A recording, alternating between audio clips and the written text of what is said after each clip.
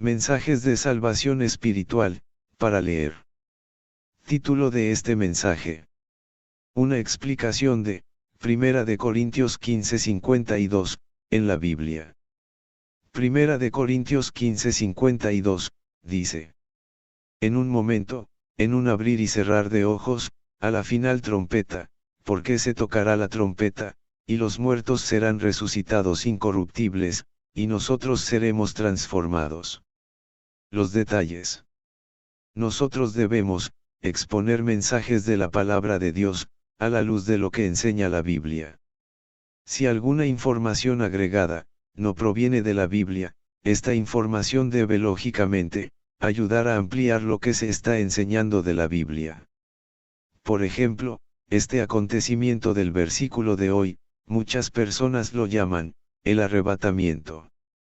Pero la palabra arrebatamiento no está en la Biblia. Sin embargo, ella ayuda a entender más lo que se está explicando de lo que ocurrirá, según 1 de Corintios 15:52. Este evento revelado en este versículo va a ocurrir justamente cuando Jesucristo regrese por segunda vez. Cuando Jesucristo regrese, Él no va a nacer de una mujer, como sucedió cuando Él vino por primera vez, sino que vendrá con toda la gloria que el Padre Dios le ha otorgado. Ni siquiera va a pisar la superficie del planeta Tierra, sino que se detendrá a la altura de las nubes. Esto lo enseña 1 de Tesalonicenses 4:16-17, donde leemos, porque el Señor mismo, con voz de mando, con voz de arcángel, y con trompeta de Dios, descenderá del cielo, y los muertos en Cristo resucitarán primero. Luego nosotros los que vivimos, los que hayamos quedado, seremos arrebatados juntamente con ellos en las nubes, para recibir al Señor en el aire, y así estaremos siempre con el Señor. Cuando este evento ocurra, los seguidores fieles de Jesucristo que ya murieron, incluyendo los 12 apóstoles originales, resucitarán primero, y los fieles de Cristo que aún estén vivos, serán transformados instantáneamente, a ángeles de origen humano. Estos, al igual que aquellos que resuciten, adquirirán cuerpos incorruptibles. Luego, involuntariamente, subirán hasta la altura de las nubes, donde se unirán a los resucitados. Todos los hijos de Dios de todos los tiempos, estarán reunidos a la altura de las nubes, juntos con Jesucristo. Vemos que 1 de Corintios 15:52, dice, los muertos serán resucitados incorruptibles.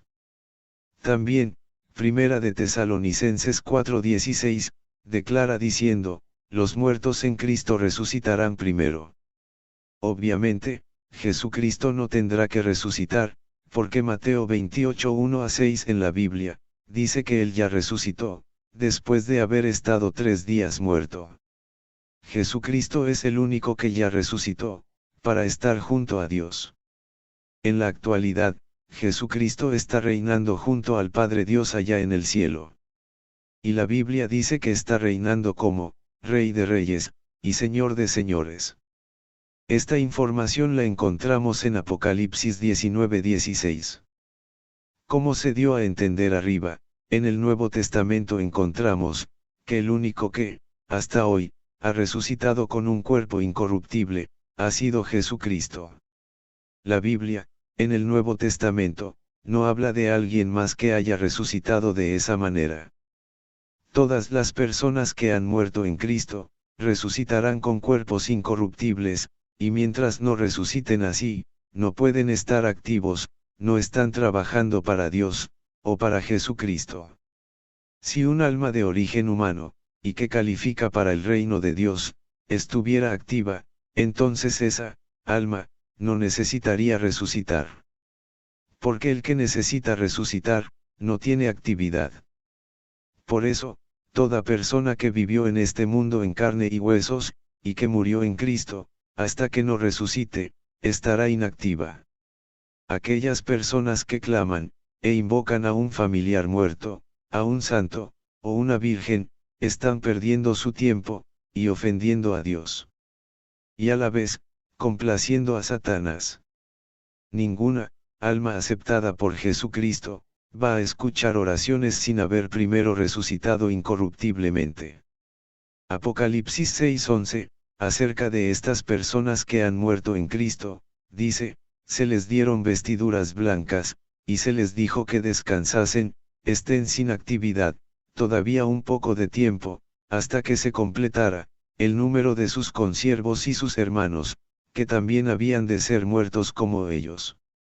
Aquí, un poco de tiempo, comparado con la eternidad de Dios, puede que sea cientos, hasta miles de años. Todas estas almas están en el paraíso, sin actividad, aguardando el regreso de Jesucristo. Recordemos que Jesucristo a uno de los que fueron crucificados juntos con él, le dijo, de cierto te digo, hoy estarás conmigo en el paraíso. Ver Lucas 23:43 en la Biblia. No tiene sentido que solo el alma de este individuo, en la actualidad está en el paraíso, esperando el regreso de Cristo. Juan 3:13 en la Biblia, dice, nadie ha subido al cielo sino el que bajó del cielo, es decir, el Hijo del Hombre. Biblia, Dios habla hoy. Estas son palabras dichas por el mismo Jesús. Aquí, el Hijo del Hombre, es Jesucristo mismo. Esto significa que ninguno de los 12 apóstoles de Jesucristo, ni María, ni cualquier persona de Dios mencionada en la Biblia, todavía no ha subido al cielo. El alma de cada uno de ellos, está descansando, sin actividad, cerca del cielo pero en el paraíso. Apocalipsis 6:9 dice, cuando abrió el quinto sello, vi bajo el altar, las almas de los que habían sido muertos por causa de la palabra de Dios, y por el testimonio que tenían. Las almas que están bajo el altar de Dios, son las que están en el paraíso. Este paraíso está en el tercer cielo, donde reside Dios. En Lucas 23:43, Jesús dijo al ladrón bueno, hoy estarás conmigo en el paraíso. Durante los 3 días que Jesús estuvo sin resucitar, el alma diagonal espíritu de Jesús, estuvo también en el paraíso, como prometió a este hombre. Pero Jesús no subió hasta el cielo, donde reside Dios y sus ángeles. Por eso, en Juan 20:17, el recién resucitado Jesús, a María Magdalena le dijo, no me toques, porque aún no he subido a mi Padre.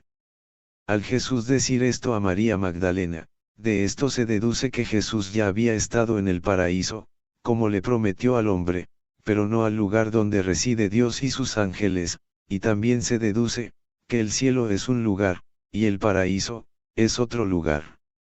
De modo que hemos de entender que, Jesús ya había estado en el paraíso, para el tiempo cuando él habló con María Magdalena. Por otro lado, Jesucristo dijo, todo lo que pidieren al Padre, Dios, en mi nombre, lo haré, para que el Padre sea glorificado en el Hijo. Si algo pidieren en mi nombre, yo lo haré. En San Juan 14:13-14. Pedir a un familiar muerto, o a un santo, o a una virgen, es inútil, ya que, si esas almas son de Jesucristo, están sin actividad, están en el dormir espiritual, tal como le sucedió a San Esteban, ver Hechos 7:60, y estarán así, hasta el momento que resuciten. Por eso debemos pedir, e invocar solamente a Dios, tal como ordenó Jesucristo, en San Juan 14:13-14. La Biblia enseña que los grandes hombres y mujeres del Viejo Testamento, invocaban a Dios solamente.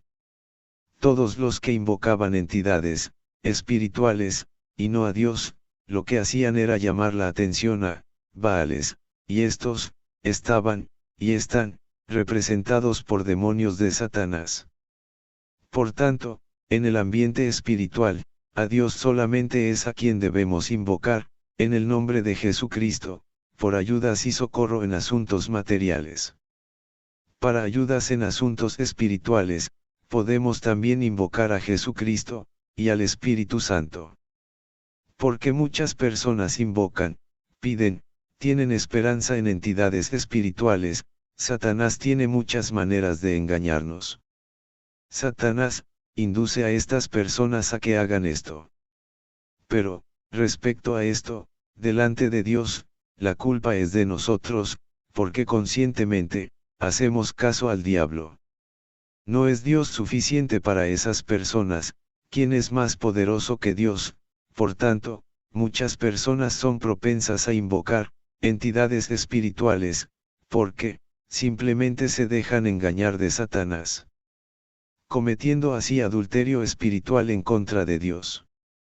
Cuando una persona invoca a una entidad espiritual, sea un santo, virgen, persona muerta, etc., enseguida, un agente de Satanás, actúa para hacer un milagro falso, a favor de esa persona. El milagro es falso, porque Dios lo puede deshacer, si a él le place. Ese agente satánico, entonces, tratará de mantener contenta a esa persona, presentándole milagros cada vez que pida. El agente se disfraza como si fuera la entidad espiritual. Y esto continuará siendo atendido por ese demonio, hasta el día que la persona muera. El agente no puede quitar la vida a una persona, si Dios no se lo permite. El día que esa persona muera, por voluntad de Dios, el agente satánico que la alimentaba espiritualmente, se llevará su alma, si ésta no se arrepiente antes. Porque, esa persona estuvo cometiendo adulterio espiritual en contra de Dios. Eso es idolatría. Los agentes de Satanás, así pescan a la gente, como cuando alguien pesca con carnadas en un lago. Debemos tener cuidado de no ser como peces provechosos para los agentes de Satanás. La razón por la que la gente invocan entidades espirituales, es por las carnadas, que los agentes de Satanás presentan, a las personas que se dejan engañar por ellos.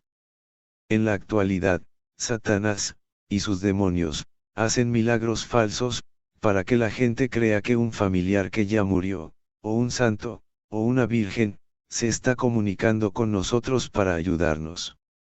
Satanás, y sus demonios, hacen milagros falsos en el nombre de un santo, o una santa, o una virgen, o un familiar que ya murió, para que la gente ponga a Dios a un lado, o mezcle el poder de Dios con una criatura humana que ya murió.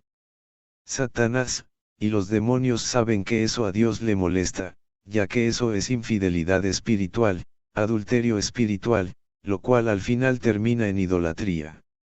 Satanás no ha perdido el poder de hacer milagros.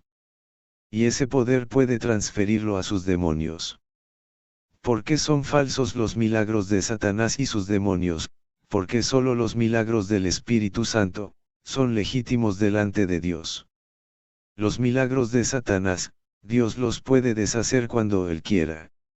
Además, Satanás hace prodigios y milagros, con el propósito de conducir a las almas al reino de las tinieblas, al infierno. Que Dios bendiga a usted ricamente.